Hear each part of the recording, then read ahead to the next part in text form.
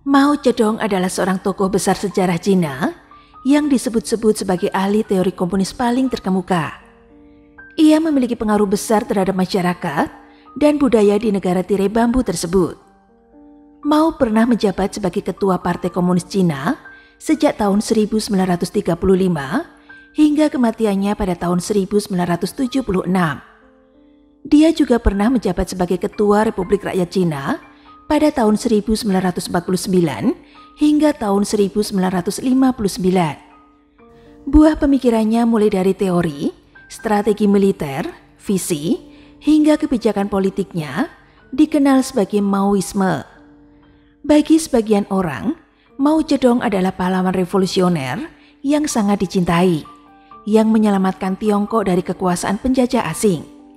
Dan bagi sebagian orang lain lagi, dia dikenang sebagai tiran sosiopat yang mengorbankan jutaan nyawa orang untuk menghidupkan eksperimen politiknya.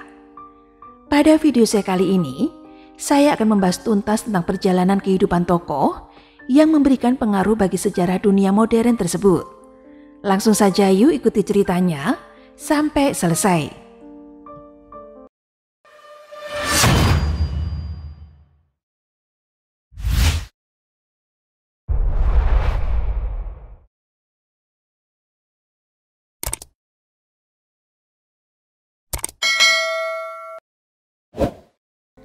Dia terlahir sebagai Mao Zedong, yang kelak dipanggil sebagai Ketua Mao.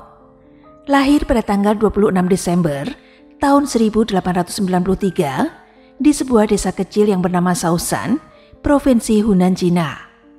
Dia adalah seorang putra petani kaya dari Shaoshan. Ayahnya bernama Mao Yichang, seorang petani dan pemilik tanah. Pada awalnya, keluarga mereka hidup dalam kemiskinan. Tetapi ayahnya adalah seorang pria mandiri dan pekerja keras. Ia menabung dan cukup untuk dibelikan 2 hektar sawah. Selama bertahun-tahun ayahnya mempekerjakan pekerja untuk merawat tanahnya. Dan sebagian besar keuntungan dari hasil buminya dijual dan digunakan untuk memperluas sawah pertaniannya. Dari hasil kerja kerasnya ini, keluarga Mao dipandang sebagai petani terkaya di desanya. Selain itu, Mao Yichang adalah seorang ayah yang otoriter. Mao Zedong sendiri menggambarkan ayahnya sebagai sosok yang sangat disiplin dan seringkali ayahnya memukuli Mao jika dia dianggap melakukan kesalahan. Sedangkan ibunya bernama Wen Ximei, seorang ibu rumah tangga yang mengabdikan diri pada keluarganya dan penganut Buddha yang taat. Mao juga menjadi seorang Buddhis, tetapi meninggalkan kepercayaan ini di usia pertengahan remajanya. Mao Zedong memiliki 2 adik laki-laki, yaitu Mao Zemin dan Mao Zedong. Kedua orang tuanya lalu mengadopsi seorang anak perempuan yang diberinya nama Jie Xian. Saat tumbuh remaja, Mao Zedong menjalani kehidupan yang sangat nyaman dibandingkan dengan teman-temannya yang lain. Tidak jarang teman-temannya berjalan tanpa memakai sepatu dan memakai pakaian lusuh yang sudah compang-camping. Mereka hampir tidak punya cukup makanan untuk dimakan dan tidak mampu membayar perawatan kesehatan yang layak. Fakta bahwa orang tua Mao Zedong mampu menyediakan semua kebutuhan dasar untuk anak mereka adalah alasan mengapa sebagian orang menganggap mereka kaya. Mao tumbuh dalam lingkungan di mana pendidikan dihargai hanya sebagai pelatihan untuk membuat catatan dan perhitungan. Saat Mao berusia 8 tahun, ia dikirim ke sekolah dasar di desanya. Seperti pada umumnya anak-anak lain di Tiongkok pada masa itu, di sekolah dia memperoleh pengetahuan dasar tentang Wujing atau ajaran-ajaran klasik Konfusianisme. Salah satu ajaran Konfusius yang paling terkenal adalah bahwa setiap orang harus mencoba mengikuti arus kehidupan seperti air mengalir dan menyeimbangkan energi yin dan yang. Ketika berbicara tentang pemerintahan, Konfusius mengatakan bahwa setiap orang harus merasa puas dengan kehidupan mereka dan mereka harus tahu tempat mereka agar pemerintahan dapat berjalan dengan lancar. Ajaran Konfusius mengatakan ada pemerintahan ketika sang pangeran menjadi pangeran dan menteri menjadi menteri. Ketika sang ayah bertindak melakukan tugasnya sebagai ayah, maka seorang anak juga menjalankan kewajibannya sebagai seorang anak. Namun Mao Zedong tidak setuju dengan semua yang diajarkan oleh Konfusius. Lagi pula dia tahu dari pengalaman langsung bahwa ayahnya mampu bekerja untuk keluar dari kemiskinan. Dia lebih percaya bahwa dia bisa tumbuh menjadi lebih dari sekedar anak seorang petani. Di sekolah, Mao Zedong adalah salah satu siswa terbaik di kelasnya, dan dia suka membaca buku sebanyak yang dia bisa. Pada usia 13 tahun, setelah 5 tahun bersekolah di sekolah dasar di desanya, dia dipaksa oleh ayahnya untuk meninggalkan sekolah dan kembali bekerja penuh waktu di ladang milik keluarganya. Hal ini membuatnya semakin gelisah dan membuatnya semakin ambisius untuk mengejar impiannya. Di saat usianya 14 tahun, ayahnya mengatur pernikahan untuk dirinya dengan seorang wanita yang bernama Lu Yisui yang berusia 17 tahun, seorang putri dari pemilik tanah. Pernikahan ini dimaksudkan untuk menyatukan keluarga pemilik tanah mereka. Hal ini tentu saja akan menghalangi ambisinya dan sepenuhnya menyegel nasibnya. Mao menolak untuk menikahinya, sekalipun wanita tersebut telah pindah ke rumahnya. Pada usia 16 tahun, dia meyakinkan kedua orang tuanya bahwa dia ingin menjadi seorang intelektual, dan orang tuanya pun akhirnya mengizinkan keinginannya tersebut. Mao meninggalkan rumah untuk menyelesaikan pelatihan sekolah dasar di ibu kota Hunan di Changsha.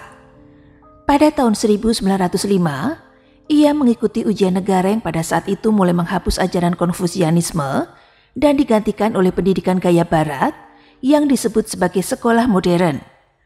Hal ini menimbulkan pelajar muda mengalami ketidakpastian tentang jenis pelajaran yang mereka terima. Apakah pelajaran dengan cara Tiongkok atau Barat yang dapat mempersiapkan mereka menerima pendidikan yang lebih baik, baik untuk karir maupun layanan ke negara mereka. Disinilah Mao mulai mengalami gelombang revolusioner kuat yang melanda masyarakat Tiongkok. Ketika dia berada di kota, dia bertemu dengan orang-orang yang berpikiran sama, yang percaya bahwa perlu ada perubahan dalam cara hidup orang Tiongkok. Ia membaca karya-karya reformis nasional seperti Kang Youwei. Ia sangat mengagumi kaisar yang kuat di periode awal sejarah Tiongkok. Ia juga pengagum negarawan Barat, termasuk Napoleon Bonaparte dan George Washington. Pada tahun 1800-an, Tiongkok melihat semakin banyak perdagangan dari negara-negara Barat. Dari tahun 1840 hingga tahun 1842, Tiongkok dan Britania Raya mengalami konflik yang dikenal sebagai Perang Candu, dan Tiongkok kalah. Setelah penandatanganan Perjanjian Nanking, Hong Kong menjadi wilayah Inggris, dan pedagang Eropa kini memiliki akses ke pelabuhan Tiongkok. Meskipun ini adalah perjanjian damai, orang-orang Tiongkok menjulukinya Unquil Treaties atau perjanjian yang tidak setara, karena dinasti Qing tampaknya tunduk pada tuntutan Inggris Raya. Tiongkok masih jauh dari negara industri. Teknologi mereka jauh di belakang negara-negara lain di dunia, sehingga terlalu mudah bagi negara-negara Barat untuk memanfaatkannya. Pada tahun 1896, Jepang berusaha untuk mengalahkan Tiongkok dan pengaruhnya atas Korea, dan ini dikenal sebagai Perang Sino-Jepang pertama. Situasi yang lebih buruk terjadi pada tahun 1908 ketika Kaisar meninggal, dan satu-satunya pewaris laki-laki kerajaan Qing adalah seorang anak berusia 2 tahun yang bernama Puyi. Tidak mengherankan jika orang-orang mulai kehilangan kepercayaan pada kekuatan dinasti Qing. Pada tahun 1911, ketika Mao berusia 18 tahun, terjadi revolusi Xinhai, yang merupakan revolusi untuk melawan dinasti Qing yang mulai lemah. Revolusi ini dipimpin oleh negarawan Tiongkok, yaitu Dr. Sun Yat-sen, pemimpin Partai Nasionalis Kuomintang. Pada tahun 1912, Partai Nasionalis Kuomintang menggulingkan monarki yang sudah berkuasa lebih dari 2000 tahun sejak tahun 221 sebelum Masehi, dan mendirikan Republik Rakyat Tiongkok yang diproklamasikan oleh Dr. Sun Yat-sen. Tiongkok pun resmi masuk ke zaman Republik. Didorong oleh janji masa depan baru bagi Tiongkok dan dirinya sendiri, Mao Zedong menikmati perubahan politik dan budaya yang melanda di negara itu. Setelah pemerintahan monarki beralih ke pemerintahan Republik Rakyat Tiongkok, pemerintahan yang mendominasi disebut Kuomintang, juga dikenal sebagai Partai Nasionalis. Kuomintang memberikan para panglima perang untuk memerintah wilayah masing-masing di seluruh Tiongkok. Setiap panglima perang memiliki kekuasaan untuk membuat undang-undang sendiri, memungut pajak, dan membentuk pasukan mereka sendiri. Mao Zedong lalu melanjutkan sekolahnya dan mempelajari banyak hal, antara lain budaya barat. Selama di sekolah, Mao juga mendapatkan pengalaman pertamanya dalam aktivitas politik dengan membantu mendirikan beberapa organisasi mahasiswa. Salah satu yang paling penting adalah Masyarakat Kajian Rakyat Baru atau New People Study Society yang didirikan pada musim dingin antara tahun 1917 hingga tahun 1918, di mana banyak anggotanya kemudian bergabung dengan Partai Komunis. Pada tahun 1918, Mao akhirnya lulus dari sekolahnya. Meskipun sekolahnya secara resmi merupakan lembaga tingkat menengah daripada pendidikan tinggi, sekolah umum tersebut menawarkan standar pendidikan yang tinggi dalam pelajaran sejarah, sastra, dan filsafat Tiongkok, serta dalam gagasan-gagasan barat. Setelah lulus dari sekolah umum di Changsha, Mao melanjutkan pendidikannya dan kuliah di Universitas Peking di Beijing, yang merupakan pusat intelektual terkemuka di Tiongkok. Sebagai mahasiswa universitas, pelajaran yang menjadi favorit Mao Zedong adalah filsafat. Dia membaca The Will of Nation karya Adam Smith dan The Spirit of Law karya Montesquieu. Dia juga membaca semua karya para revolusioner Tiongkok yang berada di balik berdirinya Republik Rakyat Tiongkok. Selama waktu ini, dia mendirikan Asosiasi Pemerintahan Mandiri Mahasiswa di Universitas Pertama Hunan, sehingga mahasiswa dapat memiliki suara untuk protes terhadap aturan sekolah. Dia juga membentuk sebuah pasukan sukarelawan mahasiswa. Kelompok tersebut memiliki sekitar 80 anggota dan mereka semua berbagi ide mereka tentang pemerintahan dan filsafat. Pada saat itu, Mao Zedong diperkenalkan dengan karya Karl Marx. Dari semua filsafat politik yang mereka pelajari, ia dan teman-temannya setuju dengan ide-ide komunisme. Karena ideologi ini menjanjikan bahwa setiap individu dalam masyarakat akan memenuhi kebutuhan dasar mereka. Mao Zedong terus berprestasi di sekolah, dan ia berada di peringkat ketiga dalam kelasnya saat lulus. Ia mendapatkan pekerjaan di Universitas Beijing sebagai seorang pustakawan, di mana ia dapat membaca sebanyak buku yang diinginkannya. Selain itu, di tempat kerjanya ini sangat penting dalam membentuk karir masa depannya. Karena pada saat itulah, dia berada di bawah pengaruh dua orang yang akan menjadi tokoh utama dalam mendirikan Partai Komunis Tiongkok. Mereka adalah pustakawan Li Tazhou dan dekan Chen Tuxiu, di mana kedua tokoh tersebut yang mempengaruhi gagasan liar revolusioner Mao yang sedang berkembang. Partai Komunis Tiongkok didirikan pada tahun 1921. Salah satu pendirinya adalah Li Tazhou, seorang pustakawan di Universitas Peking. Yang lainnya adalah Chen Tuxiu, seorang intelektual yang telah terlibat dalam pendirian Republik Rakyat Tiongkok. Setelah melihat bagaimana Tiongkok beradaptasi dengan Republik baru, Tuxiu percaya bahwa para panglima perang sedang memanfaatkan kelas petani dan bahwa sistem politik perlu disesuaikan. Dia berpikir bahwa sistem komunisme sebenarnya akan lebih baik untuk masyarakat mereka. Pada saat itu, Mao Zedong baru berusia 28 tahun, dan dia adalah salah satu dari banyak pemuda yang mulai menghadiri pertemuan-pertemuan komunis setelah pulang dari kerja. Ketika orang-orang mulai belajar tentang ajaran Karl Marx, Partai Komunis Tiongkok mendapatkan pengikut yang besar. Banyak petani tidak puas dengan panglima perang masing-masing, dan mereka menginginkan sistem pemerintahan yang baru. Tentu saja komunisme menjadi ancaman besar bagi partai nasionalis. Berbeda dengan partai lain di Republik, komunisme memiliki potensi untuk menyebar ke seluruh negeri dan menggantikan mereka sebagai partai terdepan. Mereka percaya bahwa sudah saatnya untuk menyingkirkan kaum komunis di Tiongkok sebelum mereka mendapatkan terlalu banyak kekuasaan. Pada tahun 1927, sekelompok orang yang bekerja untuk Partai Nasionalis menyerang dan membunuh anggota Partai Komunis. Mereka mengumumkan rencana untuk membasmi setiap anggota Partai Komunis. Peristiwa ini dikenang sebagai pembantaian Shanghai atau pembersihan 12 April. Lebih dari 300.000 anggota komunis tewas dan 50.000 orang mengakuinya dengan menghentikan keanggotaan partai mereka karena ketakutan. Pembantaian Shanghai dianggap sebagai awal perang saudara Tiongkok. Karena Partai Nasionalis adalah partai asli Republik Rakyat Tiongkok, mereka merasa bahwa sudah waktunya bagi mereka untuk menghapuskan sistem feodal panglima perang dan kaum komunis demi menyatukan seluruh Tiongkok di bawah satu pemerintahan. Pada tahun 1931, ketika Mao Zedong berusia 48 tahun, ia terpilih sebagai ketua Partai Komunis. Pada tahun 1934, Perang Saudara Tiongkok masih terus berkecamuk. Mao Zedong memimpin anggota Partai Komunis dalam apa yang dikenang sebagai The Long March atau perjalanan panjang.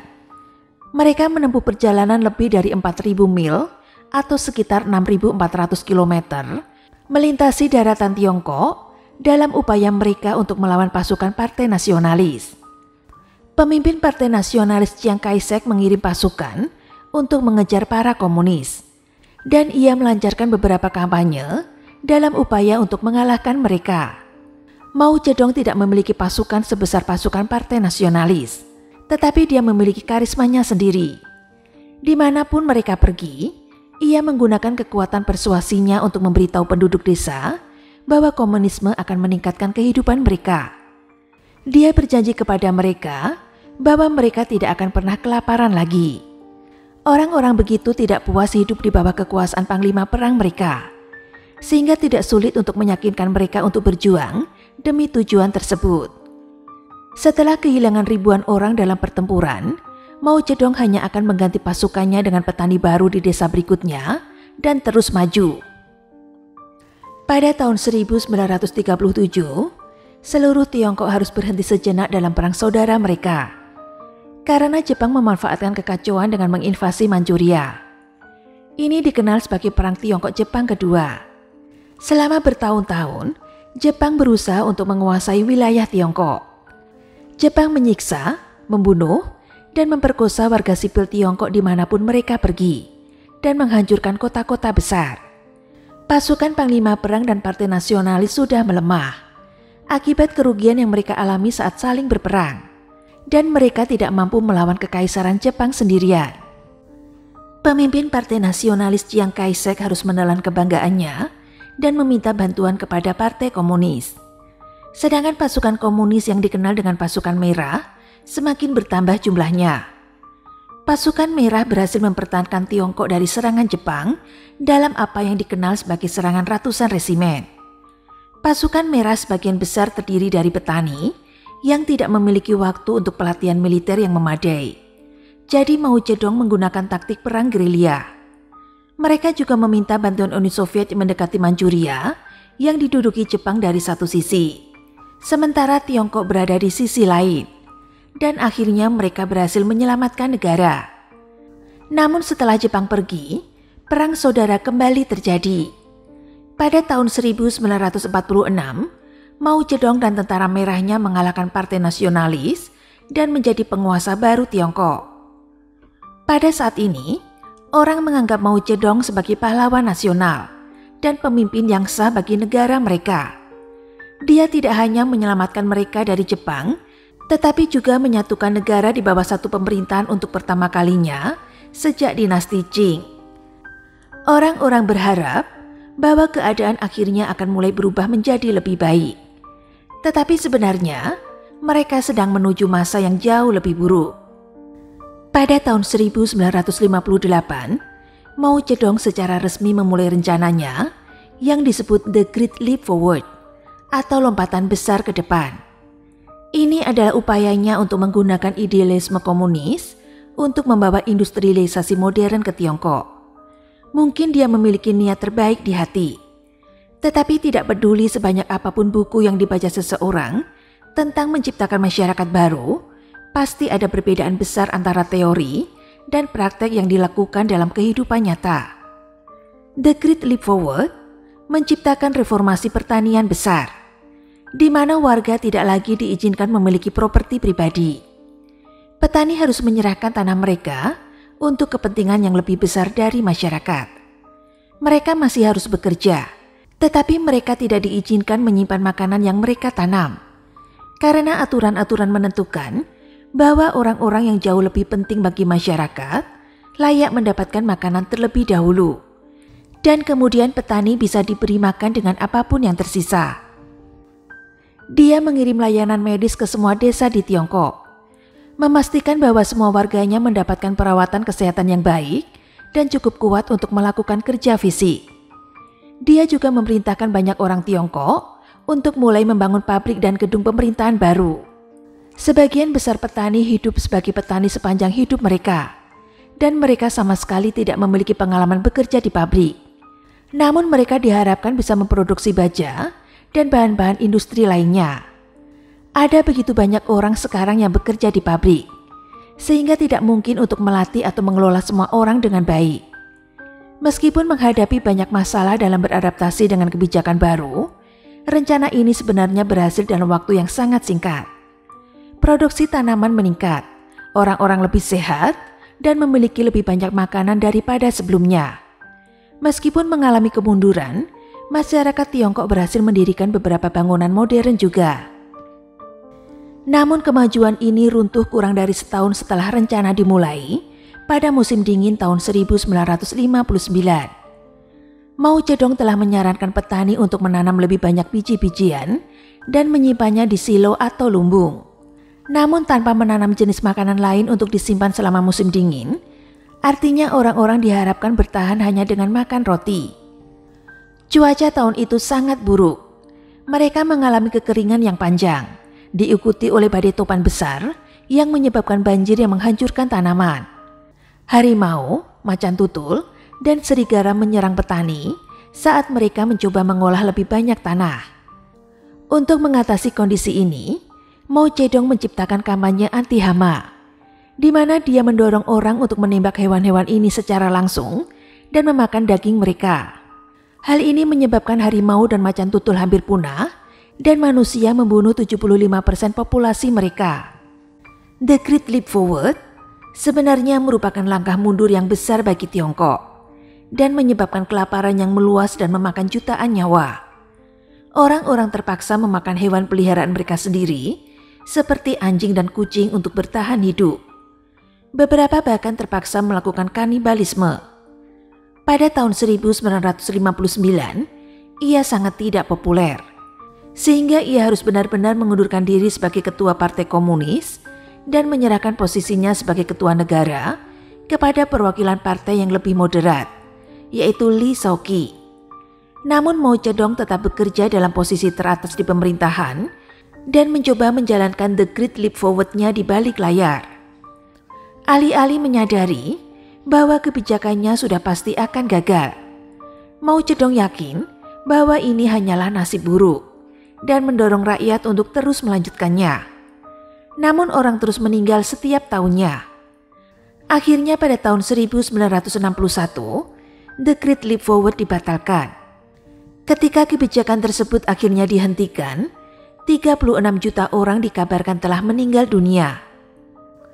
Teman-teman mungkin berpikir bahwa setelah tidak bertanggung jawab atas kematian puluhan juta orang dan tanpa mengalami tindakan keras dan kemarahan publik, seseorang akan tahu kapan harus berhenti. Tetapi pada tahun 1966, Mao Zedong mencoba mendapatkan kembali kepercayaan rakyat dan menjadi ketua negara sekali lagi. Dia harus menyalahkan kesalahannya kepada pihak lain. Dia mengklaim bahwa kaum borjuislah yang merusak segalanya dan bahwa dia benar-benar berada di pihak rakyat petani. Dia membangun image pribadi dan orang-orang sangat mendukungnya karena mereka mengingatnya sebagai pahlawan revolusioner yang menyelamatkan negara mereka dari Jepang dan memberi mereka jatah makanan dan layanan kesehatan gratis. Para pengikutnya bersedia melakukan apapun yang dia minta. Dia tahu dari pengalamannya dalam memimpin mahasiswa dalam aksi unjuk rasa bahwa kaum muda adalah orang yang sempurna untuk dibentuk menjadi pemberontak. Dia meyakinkan sekelompok mahasiswa yang disebut pasukan merah untuk mencari siapapun yang berbicara menentang Partai Komunis. Dia mendorong mereka, bahkan untuk membunuh profesor mereka yang berbicara menentang kebijakan Mao Zedong untuk memberikan contoh kepada yang lain. Menurut beberapa laporan, pasukan Merah Mao begitu kejam sehingga mereka terlibat dalam perjamuan daging, yaitu suatu ritual kanibalisme terhadap musuh-musuh mereka. Mao Zedong menyebut Uni Soviet dan Korea Utara sebagai pemalsu dan pengkhianat yang mengubah pekerjaan asli Karl Marx. Interpretasinya tentang komunis begitu berbeda dengan negara-negara komunis lainnya, sehingga banyak yang menyebut filosofinya sebagai Maoisme. Alih-alih mengisolasi rakyatnya dari dunia luar seperti negara-negara komunis lainnya, ia malah mendorong globalisasi dan perdagangan terbuka. Itulah sebabnya ekonomi Cina akhirnya pulih, dan itu menciptakan landasan bagi kekuatan ekonomi yang dimilikinya saat ini. Di kehidupan pribadinya, Mao Zedong diketahui pernah menikah 4 kali, walaupun pernikahan pertamanya tidak pernah diakuinya. Istri keduanya bernama Yang Kaohi, putri seorang mentornya di Universitas Beijing yang dinikahinya pada tahun 1921. Namun nasib malang menimpa pada istrinya tersebut. Pada tahun 1930, istrinya dieksekusi oleh pemerintahan Kuomintang. Tidak lama setelah kematian istrinya, dia menikah lagi dengan seorang gadis muda yang berusia 18 tahun yang bernama Ho Su-chen. Selama 9 tahun berikutnya mereka memiliki 5 orang anak. Pada tahun 1937, ia menceraikan Ho Su-chen yang dalam kondisi sakit dan menikah dengan Jiang Qing, seorang artis yang ambisius dan sangat dibenci oleh rakyat Tiongkok. Dari keempat pernikahannya, Mao Zedong memiliki 10 orang anak. Ketika usianya semakin tua, Mao Zedong tidak malu dalam memanfaatkan keuntungan menjadi seorang diktator komunis. Dia hampir tidak pernah mandi atau menyikat gigi dan mengklaim bahwa dia membersihkan dirinya di dalam tubuh selir-selirnya. Tidak mengherankan jika dia terinfeksi penyakit menular seksual dan menularkannya kepada beberapa wanita yang sebenarnya memandang penyakit mereka sebagai suatu kehormatan karena diberikan oleh ketua Mao. Ketika dia berusia 60-an, dia menunjuk seorang gadis berusia 16 tahun yang bernama Zhang Yufeng sebagai sekretaris pribadinya. Dia menghabiskan begitu banyak waktu bersama Mao Zedong. Bahkan istri Mao harus melalui Zhang Yufeng terlebih dahulu sebelum dia bisa membuat janji untuk berbicara dengan suaminya. Ketika Mao Zedong meninggal pada tahun 1976, rakyatnya sangat terpukul. Dia dimakamkan dalam peti kaca sehingga orang dapat melihat jasadnya ketika mereka datang untuk mengunjungi. Antrian orang-orang berdiri untuk menghormatinya, dan banyak dari mereka yang secara terbuka menangis ketika melihat jasad pemimpin mereka yang telah meninggal. Hingga saat ini, kenangan tentang Mao Zedong dihormati oleh banyak orang karena mereka mengingatnya sebagai salah satu pahlawan besar bangsa. Suka atau tidak, Tiongkok akan menjadi tempat yang sangat berbeda hari ini jika bukan karena Mao Zedong. Tanpa dia, Tiongkok mungkin tidak akan menjadi kekuatan ekonomi terkenal seperti sekarang ini. Hanya membutuhkan pengorbanan jutaan nyawa untuk mencapainya. Setujukah teman-teman dengan pendapat tersebut?